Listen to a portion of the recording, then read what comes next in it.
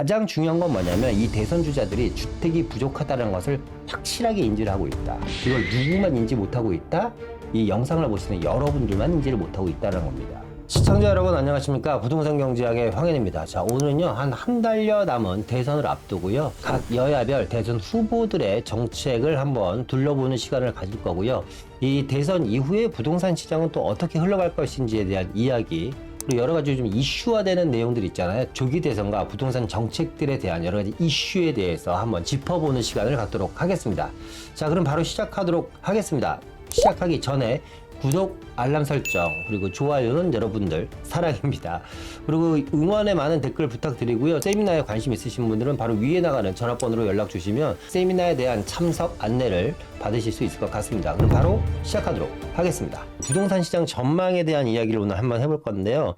여야 각 대선 주자별 공급 확대에 대한 메시지는 아주 강하게 이루고 있습니다. 그러니까 문재인 정권 때부터 여태까지 공급이 부족하다는 것을 어떻게 보면 민주당 입장에서는 상당히 이거를 인정하는 꼴이 되는 거고, 국민의힘 입장에서는 거 봐라, 공급 확대 필요하지 않냐, 뭐 이런 이야기를 나누는 것 같습니다. 그래서 공급 확대에 대한 시그널이 상당히 세다. 결국 이 공급 확대라는 것은 이 도심권에 대한 재개발, 재건축에 대한 규제 완화인데, 이게 이제 여야별 입장 차이가 좀 있을 것 같아요. 민주당의 대선 유력 주자인 이재명 후보 같은 경우는요, 이 규제 완화에 대한 좀 강한 어조로 이야기를 하고 있습니다. 지금 국민의힘 같은 경우는 뭐 재건축 초과이익 환수법에 대한 폐지 여전히 강하게 어필하고 있고요. 일단 도심권은 재개발, 재건축 규제에 대한 완화다. 이 공급 확대를 하기 위해서는 결국 뭐밖에 없다? 도심권 재개발, 재건축이라는 것이죠. 그러면 앞으로 이 재개발, 재건축 관련 주들, 그러니까 우리가 흔히 얘기하는 상품들이죠. 재개발 상품이라든가 재건축 상품, 재개발을 할 수 있는 단독 다가구 빌라라든가 재건축 한강면 아파트들에 대한 몸값은 더욱더 상승하지 않을까라는 예측을 한번 해봅니다. 이 재개발, 재건축을 하기 위해서 반드시 필요한 게 뭐예요? 사업성이잖아요. 사업성을 확보하기 위해서 용적률 상향과 분담금 완화에 대한 이야기가 있고요. 또한 공급 완화에 너무 포커스를 맞추다 보면 자칫을 못하면 집값 상승에 대한 불안감을 조성할 수도 있거든요. 그래서 집값 안정화에 대한 메시지를 여야 공통으로 내고 있습니다.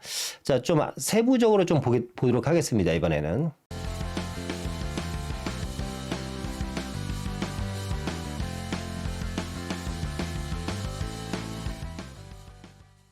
일단 주요 대선 후보들의 부동산 공약을 한번 보도록 하겠습니다. 이재명 후보입니다.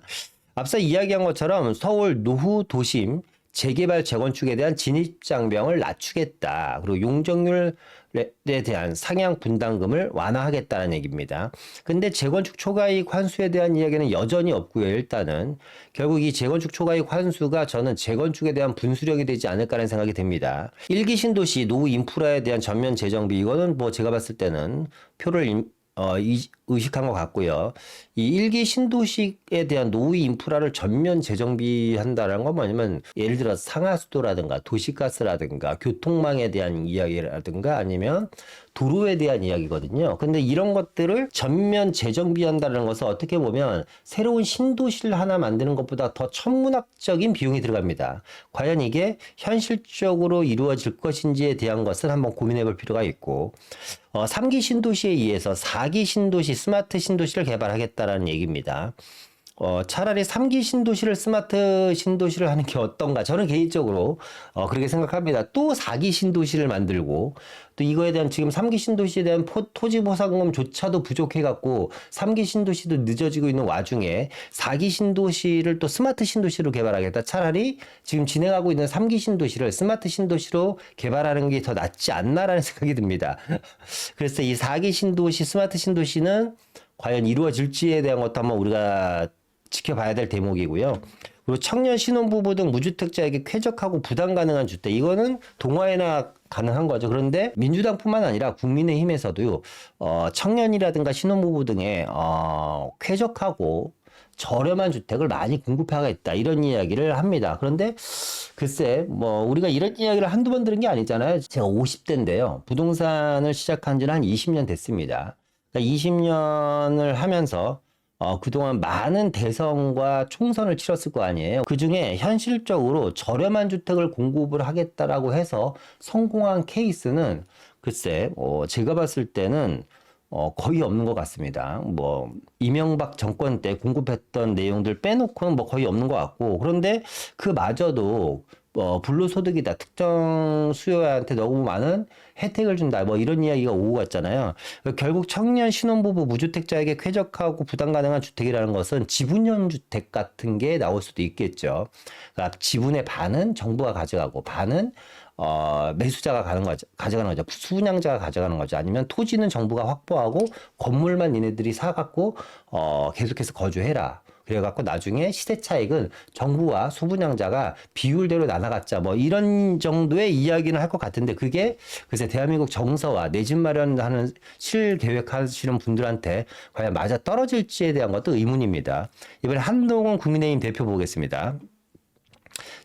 국민의힘 같은 경우는 재건축 재개발 초과이익 환수제 제초안에 대한 완벽한 폐지 및 용적률 건폐율 등 규제 완화. 이거는 뭐 용적률 상향 부담금 완화랑 뭐 결이 같은 거고요. 청년 대상 담보 인정 비율을 뭐 줄이는 거가, 그래서 이게 과연 금융권에서 통할 건지에 대한 것도 한번 우리가 고민해 볼 필요가 있고, 취득세는 이제 지방세와 연결되어 있는 건데, 안 그래도 지금 도시소멸 시대에 각 지방자치단체들이 엄청나게 큰 적자를 겪고 있거든요. 뭐 특정 지역 몇 군데, 그러니까 상위 전체 전국적으로 보면 상위 30%의 지자체 빼놓고는 정말 재정난에 엄청나게 크게 허덕이고 있습니다. 그런데 취득세까지 폐지한다라는 게 과연 쉽게 받아들일 수 있을 건지에 대한 것도 의문입니다. 그리고 5개의 서울 5대 메가폴리스라는 정책을 편다고 합니다. 이거는 뭐 2040 서울 도시기본계획에 나와 있는 3도심 7광역중심지 가지고만도 충분할 것 같고, 이미 지금 서울에 여러 가지 메가폴리스가 계획되고 있잖아요.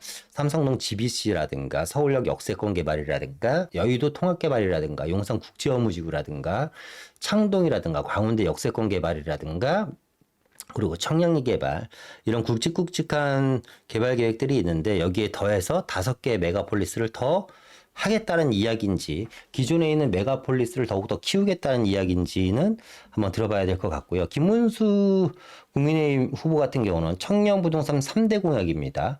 대학가 반값 월세존, 1인용 아파트 및 오피스텔 공급 확대, 세대 분리형 공존형 주택 보급입니다.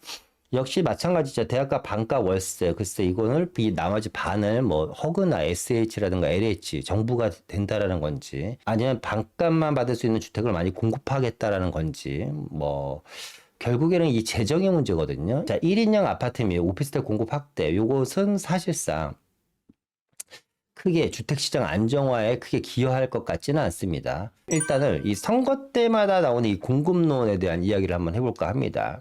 제가 이 자료는요, 제가 유튜브를 찍으면서 정말 많이 보여드렸던 자료인데, 다시 한번 좀 보도록 하겠습니다. 자, 일단 문재인 정권입니다. 2018년도에서 2022년. 전국적으로 257만 호 공급을 이야기했고요. 수도권 129만 호, 서울도 32만 호입니다. 그리고 뭐 비수도권 광역시 8개 도에 대해서 뭐 이렇게 공급하겠다는 이야기가 있고, 윤석열 정권도 뭐 끝까지 다 하지는 못했지만 어쨌거나 윤석열 정권도 270만 호니까 문재인 정권보다 훨씬 더 많은 공급을 하겠다는 거죠. 무려 13만 호 정도 이상 많은 공급을 하겠다는 거고, 수도권은 158만 호 공급을 하는 거고, 서울에는 50만 호입니다. 그런데 문제는 이겁니다. 문재인 정권 때부터 윤석열 정권 때까지 오는 이 기간 동안, 물론 그 전도 마찬가지고요. 이제 문제는 이겁니다. 문재인 정권 때부터 윤석열 정권 때까지 다 합하면요, 한 530만 호 정도 되는 공급이 이루어져 있어야지 됩니다. 그리고 문재인 정권 때 이야기한 것만 보더라도, 이것의 절반만 본다고 하더라도요, 한 130만 호 정도 주택이 이미 공급되어 있어야지 됩니다. 자, 그러면 일단 윤석열 정권 얘기는 둘째 치고, 문재인 정권 때 나왔던 이야기의 절반 정도만 공급돼도 제가 봤을 때 지금 이 정도의 집값 불안정이라든가 이 정도의 집값 상승은 나오지 않지 않았을까라는 생각이 듭니다. 그런데 결국에 뭐죠? 현실은 공급 절벽입니다. 자, 무슨 얘기냐? 아무리 그 어떤 대선 후보가 대통령이 된다고 하더라도 이 공급이 만만치가 않다라는 거죠. 과거에 김현미 장관이 이야기했던 것처럼 빵이면 밤새도록 찍어내겠다라고 이야기했던 거랑 똑같습니다. 그런데 문제는 이거죠. 그만큼 어려운 공급을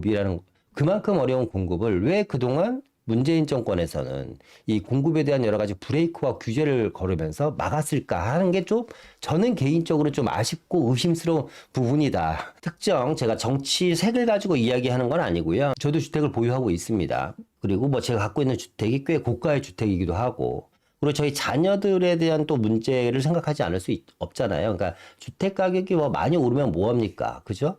뭐 제가 갖고 있는 주택이 뭐 예를 들어서 한 70억 한다고 가정을 해봅시다. 그 70억 제가 엉덩이에 깔고 앉아 있는 거잖아요. 그러니까 다음 세대들, 우리 자녀 세대들만 더욱더 집 사기 어려워지는 겁니다. 전 개인적으로 이 주택 공급이라는 게 지금처럼 특정 지역의 부동산 가격이 폭등하는 일은 더 이상 안 나왔으면 좋겠다라는 게 저의 바람입니다. 그런데 현실은 그렇지 않을 것 같다라는 게 더욱더 좀 현실을 슬프게 만드는 거죠. 계속해서 보도록 하겠습니다.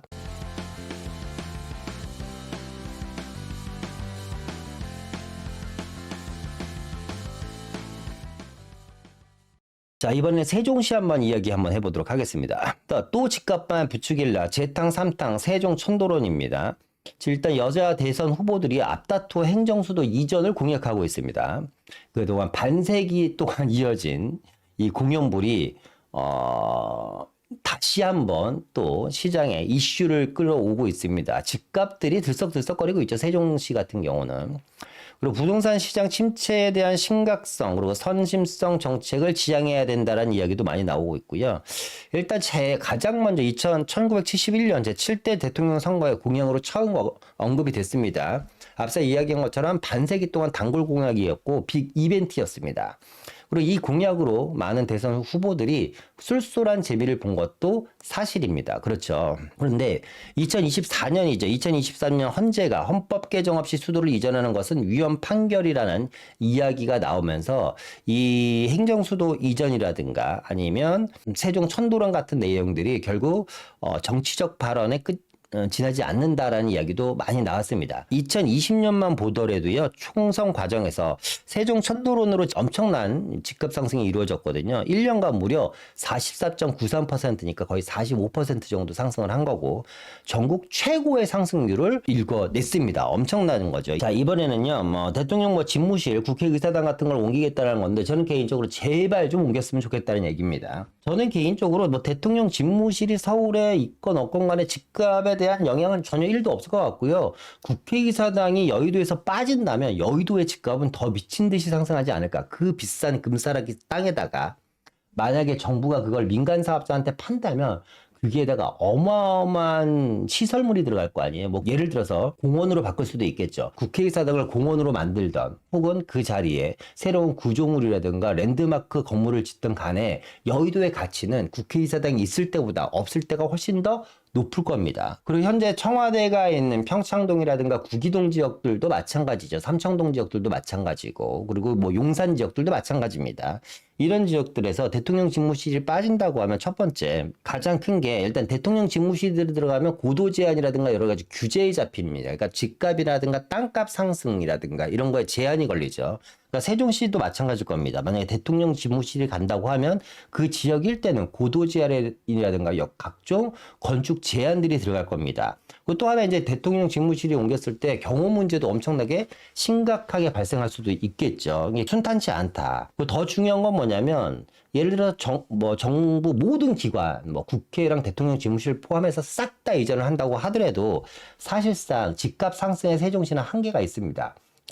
왜냐하면 지금 현재 시점에서 중요한 건 뭐냐면 공무원의 숫자보다요 일자리의 숫자가 더 중요한 겁니다. 그러니까 서울이라든가 수도권 주요 도시에는 대한민국 100대 기업들이 자리를 잡고 있습니다. 그 안에서 엄청난 부가가치를 창출하면서 어마어마하게 많은 고급 인재들을 계속해서 양성하고 쓰고 있죠. 그런데 결국에는 이 세종시라는 곳이 주 수요 측이 공무원이다 보니까 집값 상승에는 한계가 올 수밖에 없다라는 거죠. 그렇죠. 판교 같은 곳만 보더라도 우리가 알겠고 삼성동 GBC라든가 용산국제업무지구는 개발도 안 됐지만 많은 기업들이 지금 들어가려고 준비를 하고 있고 이런 지역만 보더라도 결국에는 주택시장의 킴포인트는 공무원 숫자보다는 양질의 일자리가 많은 곳의 주택가격이 많이 상승할 수밖에 없다라는 거고요. 또 교육 문제 또한 이야기하지 않을 수가 없겠죠. 또 그렇다 보니까 이 다주택자에 대한 규제를 저는 풀어줄 것 같지 않습니다. 국민의힘이 되던 민주당이 되던 간에 다주택자에 대한 규제는 절대 풀어줄 것 같지 않은데 이렇게 되면 결국 똘똘한 한 채에 대한 수요는 점점 더 많아질 거고 이 다주택자에 대한 규제가 풀어주지 않는다면 세종시라든가 충청권에 과연 투자자들이 서울에 있는 내 집 마련을 갖고 있는 투자자들이 과연 그쪽 주택을 구입을 할까라는 생각이 듭니다. 그래서 저는 개인적으로 선거 때마다 나오는 세종 천도론 좀 안타깝게 생각한다. 물론 제가 세종시에 투자하거나 이러진 않습니다만 결국 이 세종시 쪽에 계신 분들한테는 괜한 기대감과 허탈감만 주는 꼴이 나오지 않을까라는 아쉬움이 있다. 그래서 이 세종 천도론에 대한 이야기를 한번 해봤고요. 또 하나 요즘 불씨가 되고 있는 게 이 앞서 얘기한 것처럼 재건축 초과이익 환수제죠. 환수제입니다. 지금 청원만 약 5만 명이 환수제 폐지에 대한 청원만 5만 명이 했고요. 이 전쟁의 불씨가 될 것 같습니다. 일단은 5만 명이라는 어마어마한 숫자가 초과이익 환수제 폐지에다 청원을 한 거고요. 결국에는 아무리 주택 공급을 한다고 하더라도 이 재건축 초과이익 환수제가 폐지가 되지 않는 이상을 재건축을 보유하고 계신 분들이 글쎄요, 과연 쉽게 재건축을 진행하려고 할까? 지금 현재 재건축이 진행된 것들은 거의 대부분이 초과이익 환수제를 피한 단지들이 거의 재건축이 되고 있거나 완성된 것입니다. 그러니까 지금 현재 초과이익 환수제 대상 같은 경우는 아직까지 지지분이하다. 그러면 결국에는 서울에 공급할 수 있는 거는 재건축과 재개발밖에 없는데 재개발 같은 거 쉽게 얘기하면 여러분은 신속통합이라든가 모아타운이라든가 역세권 개발이라든가 뭐 뉴타운 사업 같은 경우는 초과이익 환수가 없잖아요. 재건축 초과이익 환수라는 게 없습니다. 그러면 재개발 쪽에 좀 더 포커싱을 맞춰서 재개발 쪽을 좀 더 집중해서 주택을 공급하는 방법이 나올 수도 있지 않을까. 그러면 결국에는 재개발에 대한 원자재를 쓰이고 있는, 그러니까 주택을 공급할 때 쓰이는 원자재라는 게 세멘트가 아니잖아요. 결국 그 자리에 있는 주택들입니다. 그러니까 단독 다가구 빌라들의 몸값이 또 한 번 더 크게 오르지 않을까라는 생각이 듭니다. 그래서 이 재건축 초과이익 환수제도 역시 시장을 관전하는 키포인트가 될 수 있을 것 같고, 이 대선 전국에서 글쎄요, 이게 지금 어떻게 진행될 건지는 한번 봐야 되겠지만 결국에는 뭐 국민의힘이 이긴다고 하더라도 결국 재건축 초과이익 환수제가 폐지가 윤석열 정권에서 핵심 공약 사항이었잖아요. 그런데 국회에서 가로막혀 있는 걸 보면 누가 대통령이 되든 간에 이 재건축 초과이익 환수제 폐지가 과연 이루어질까라는 생각도 듭니다. 결국에는 주택 공급 역시 또 쉽지 않을 것 같다라는 게 생각이 들고요. 이 초과이익 환수제로 인해서요, 또 재건축 단지와 지방자치단체 간에 여러 가지 또 소송이 또 엮일 가능성들이 상당히 많거든요. 그런 문제들 또한, 그러니까 상당히 복잡한 내용인데, 재건축 초과이익 환수제라는 이 복잡한 내용을 가지고 민주당 쪽에서는 핵심 정책으로 밀고 있는 것이 저는 좀 개인적으로 아이러니하다. 민주당 입장에서는 요거 하나 포기하면 사실상 더 많은 걸 얻을 수 있을 것 같은데, 글쎄 요거는 그동안 해왔던 이야기들이 있어서 쉽게 포기 못할 것 같습니다. 결국에 어쨌거나 이 재건축 초과이익 환수제가 폐지가 쉽지 않다면 재건축으로 인해서 새 아파트가 만들어지는 속도는 상당히 더딜 것이다 라는 게 저희 생각이고요. 뭐 그렇다고 이 재건축에 대한 가격이라든가 가치가 떨어질 거냐? 절대 그렇지 않다라는 거죠. 결국에는 이것에 대한 가치는 또 누군가는 짊어져야지 되는 겁니다. 그렇죠? 결국 수분양자라든가 분양자들이 또 짊어져야 되는 몫이기 때문에 가격을 떨어뜨리는데 일조를 하지도 않고, 그죠? 그리고 결국에는 세금을 받는 거에만 포커싱이 맞춰져 있는 거거든요. 그 세금도 여러 가지 변수들이 많아서 쉽게 거칠 것지에 대한 것도 한번 지켜봐야지 될 대목인 것 같습니다.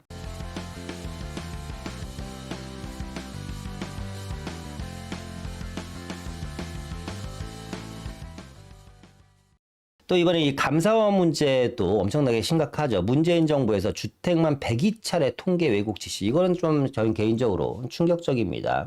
그러니까 부동산원에 대한 예산을 삭감하거나 아니면 너 말 안 들으면 잘라버린다, 이렇게 인사조치 등을 언급하면서 부동산원을 압박했다고 하죠. 이거 되게 심각한 겁니다. 왜 그러냐면 이 통계라는 거에 대해서 여러분들이 잘 이해를 하셔야지 되는데, 예를 들어서 정책이라는 걸 만들 때는 통계를 기반으로 만드는 정책들이 상당히 많습니다. 예를 들어서 이런 거죠. 아주 단순한 겁니다. 주택이 예를 들어서 부족해요. 부족하다는 통계가 실질적으로 나왔는데 정부나 대통령이 이 통계를 바꿔버립니다. 주택이 부족하지 않다. 그러면 주택을 안 지어도 되겠죠. 그러면 그거에 대한 피해는 누가 보냐면 첫 번째 피해는 임차인들이 볼 겁니다. 왜? 주택이 부족한데 부족하지 않다라고 통계를 내서 국민들을 설득시키고 이해를 시켜놨기 때문에 전세 가격은 계속 올라요. 전세 가격도 오르고 집값이 계속 오릅니다. 그러면 정부나 정책 당국자들은 이렇게 얘기하겠죠. 자, 집이 이렇게 많이 있는데도 집값이 오르는 것은 결국에는 투기 세력 때문에 의한 거다. 그렇기 때문에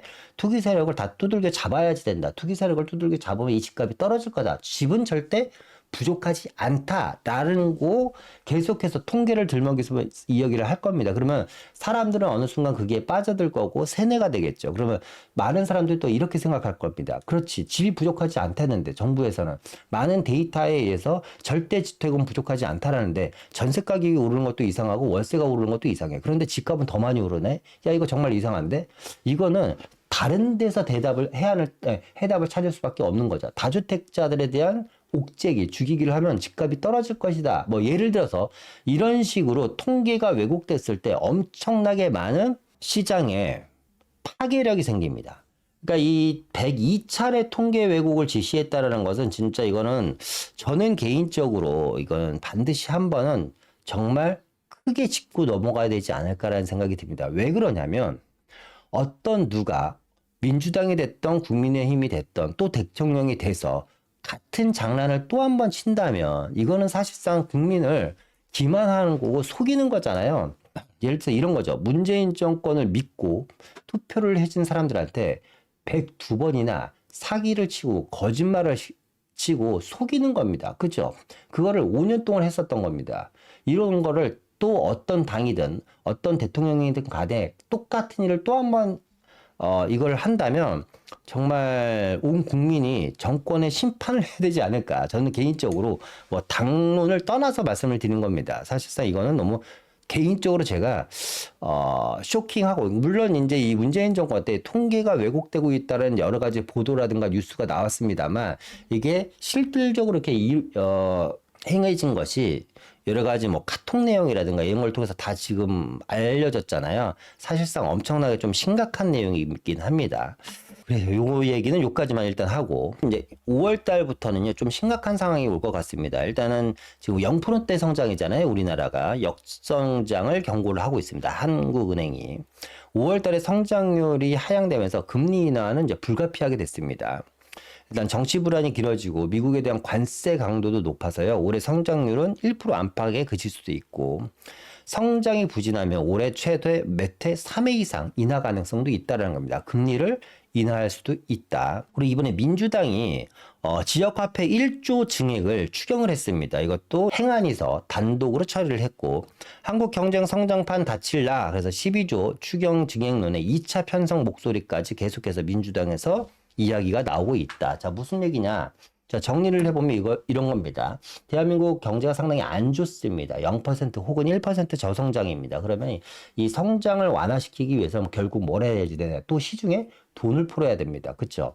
그래서 일단 계속해서 지금 추경에 대한 이야기가 나오고 있고, 근데 추경을 또 너무 많이 하면 또 나중에 이게 역으로 문제가 될 수도 있거든요. 그렇기 때문에 금리를 일단 순차적으로 인하하는 것이 최선일 겁니다. 결국에는 이 대선 때가 되면 대선과 총선은 여러분 뭐라 그러죠? 돈잔치라 그러잖아요. 그죠? 대선이나 총선을 거치면 시중에 어마어마하게 많은 자금이 풀립니다. 근데 대선이 끝나자마자 바로 뭐가 이어지냐? 금리 인하가 이어집니다. 지금 한국은행에서 얘기한 것처럼 올해 적어도 3번에서 4번 정도의 인하가 예상이 되어 있습니다. 경기가 갑자기 좋아질 리는 없고, 그리고 충격에 대한 이야기도 상당히 계속해서 나오고 있습니다. 결국 뭐냐? 시중에 통화량이 미친 듯이 폭증을 할 겁니다. 우리나라가 평균적으로 1년에 통화량이, 여러분 놀라지 마십시오, 한 300조 정도씩 새로운 돈을 찍어내고 있습니다. 그러니까 뭐냐? 자, 300조 정도 되는 규모는요 1년 우리나라 전체 통화량의 한 5% 정도 되는 돈을 새롭게 찍어내고 있는 겁니다. 그러니까 경기가 좋아도 찍어내고 안 좋아도 찍어내는 겁니다. 그러니까 통화량이 많이 늘어난다는 건 돈에 대한 가치는 점점 줄어든다는 거고, 여러분들 기본적으로 아시겠지만 자산의 가격은 올라간다는 겁니다. 1년에 전체 통화량의 5%를 찍어낸다는 것은 여러분들이 지금 통장이라든가 혹은 여러분들 지갑에 있는 돈이 1년에 5%씩 평가가 절하된다는 이야기죠.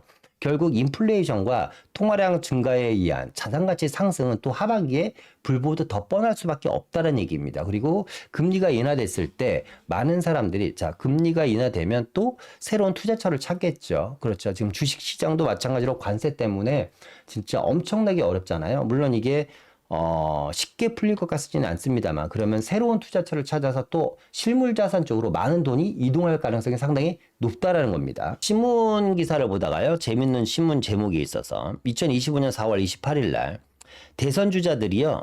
이런 이야기를 했다고 합니다. 시장을 이기는 규제는 없다. 주택을 더 짓겠다. 제가 앞서 그런 얘기를 했잖아요. 지금 막 각 민주당이든 국민의힘이든 대선 주자들이 같은 목소리를 내고 있는 게 뭐냐면 주택 공급 확대입니다. 근데 이 주택 공급 확대라는 게 이게 말로 해서 될 거면 벌써 했겠죠. 앞서 이야기한 것처럼 문재인 정권 때부터 윤석열 정권 때까지 이어지는 동안 약 520만 호 주택 공급 대책을 내놨지만 단 한 채의 주택도 만들어내지 못한 게 현실입니다. 몇 년 동안, 7년 동안 두 대통령이 말한 것 중에서 단 한 채의 실적도 만들어내지 못했다. 이게 지금 현실입니다.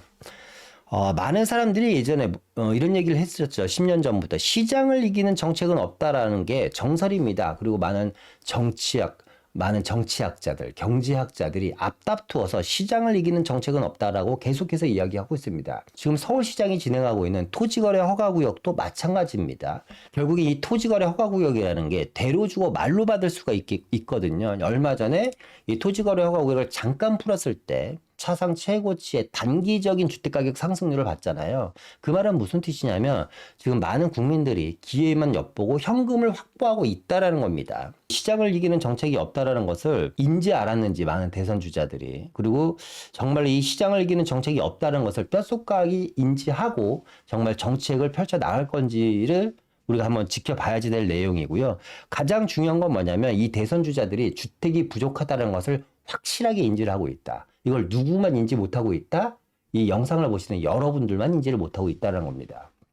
주택이 부족하게 되면 여러 가지 문제점들이 발생을 하겠죠. 그중에 가장 크게 발생하는 것이 바로 임대차 가격 상승입니다. 결국 이 임대차 시장이라는 것은 호가 시장이 아니라 실거래 시장이기 때문에 임대차 가격이 상승한다는 것은 전체적인 부동산 시장을 끌어올릴 가능성이 상당히 높고 거기다가 인플레이션에 의한 또는 추경에 의한 또는 통화량 상승에 의한 또는 금리 인하로 인한 여러 가지 통화량 확장과 함께 주택 부족 사태가 같이 겹쳐진다면 글쎄요 저는 지금까지 보지 못했던 또 역대급 폭등장이 오지 않을까라는 게 저의 생각입니다. 물론 제 생각대로 되지 않기를 저는 바라면서 지금 이 영상을 찍고 있습니다.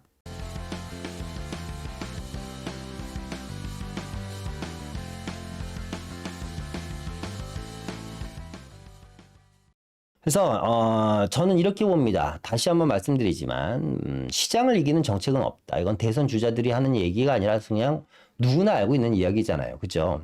그래서 이 대선 주자들이 사실 어떤 정책을 펴는 건지 이것보다 더 중요한 건 뭐냐면 방향성입니다. 시장의 방향성이 어떻게 갈 것이냐. 우상향할 것이냐, 우하향할 것이냐, 아니면 보합 상태로 갈 것이냐. 이 전체적인 걸 봐야 되거든요. 그리고 이 방향성이라는 게 과거에는 전국 단위의 방향성이 거의 일맥상통했지만 지금은 지방과 수도권과 또 서울 안에서도 강남부고 한강변이냐 아니냐, 도심권이냐 아니냐에 따라서 이 양극화가 엄청나게 많이 바뀌고 있습니다. 그러다 보니까 이 방향성이라는 게 지역 특성에 따라서 다 같이 다르게 나타난다. 그러니까 여러분들이 사시는 지역이 어떤 정도의 방향성으로 움직이는 것인지를 잘 체크한 다음에 시장에 대처를 해야 되지 않을까라는 생각이 듭니다. 그래서 제가 드리고 싶은 얘기는 이겁니다. 일단은 여러 가지 대선 후보들의 정책 뭐 되게 중요합니다만 제가 봤을 때 그보다 더 중요한 게 이런 겁니다. 통화량 증가. 통화량은 앞서 이야기한 것처럼 1년에 연 5%씩 통화량이 증가를 하고 있습니다. 새로 찍는 돈이 300조 이상씩 매년 찍어내고 있다. 경제 성장과 하락과 상관없이. 그러므로 해서 인플레이션은요, 어쩔 수 없이 일어날 수밖에 없고, 이 인플레이션의 정도의 차이인 거죠. 인플레이션이 많이 일어나는 애가 있고 좀 덜 일어나는 애가 있는데, 결국 인플레이션은 멈추지 않을 겁니다. 공급 부족, 앞서 말씀드렸던 것처럼 그 누가 대통령이 된다고 하더라도 이 공급 부족 해결 못 합니다. 이번에 대통령이 되시는 분이 정말 열심히 국민을 위하고 주택 공급에 진짜 최선을 다해서 열심히 일을 해놓는다면 아마 다다음 정권 정도에 아마 그게 빛을 발해보지 않을까라는 생각이 듭니다. 그러니까 지금 적어도 향후 10년, 15년은 이 주택 공급 부족으로 인해서 시장이 엄청나게 크게 어려워질 겁니다. 우리 도심의 주택 공급은 뭐 이야기 하나 많아져. 그런데 이 도심 주택 공급하는 방법이 앞서 말씀드렸던 것처럼 재개발과 재건축인데, 재건축은 제초안이라는 걸림돌이 있지만 재개발은 제초안이라는 걸림돌 같은 게 없고, 외려 재개발 같은 경우는 재건축에 비해서 규제 완화가 엄청나게 파격적이잖아요. 특히 신통이나 모아 같은 경우는 속도도 빨라버리고 종상향까지 자유롭게 해주다 보니까 제 생각에는 만약에 이 제초안이 또 계속해서 발목을 잡는다면 재개발 이슈에 의해서 재개발에 대한 몸집이라든가 재개발 상품에 대한 몸값이 더욱더 크게 오르지 않을까라는 생각이 듭니다. 이 다주택자에 대한 규제로 인한 이 양극화는 똘똘한 한 채 시장을 더욱더 거대하게 만들 거고요. 이 다주택자에 대한 규제는 시장에 대한 집중도를 더욱더 높게 만들 겁니다.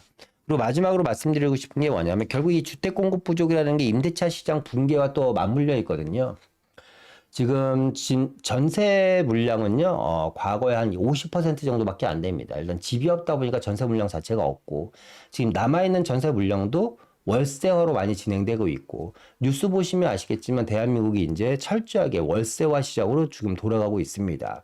서민들의 주거 비용은 엄청나게 점점 올라갈 것입니다. 그러니까 서민들의 주거 비용이 올라간다는 건 결국 내 집 마련을 할 수 있는 기회의 장이 계속해서 떨어진다라는 거죠. 그 안에서 최근 30대, 40대의 내 집 마련 속도가 또 빨라지고 있다. 또 거래량이 늘고 있다는 이야기를 많이 하고 있잖아요. 그러니까 좀 더 30대, 40대들의 수요들이 어디로 이동하는지 이분들이 거의 지금 보시면 도심권이라든가 특히 마포라든가 성동구 쪽의 거래량이 엄청나게 많이 늘고 있는 걸 보실 수 있을 겁니다. 그죠? 임대차 시장 붕괴로 인해서 저희가 피부로 바로 느끼는 것은 아마 하반기부터 전세 가격의 폭등으로 인한 매매 가격의 추격 상승일 것입니다. 그러니까 2차 상승이 온다고 제가 얼마 전에 영상을 찍은 거 다 보셨을 겁니다.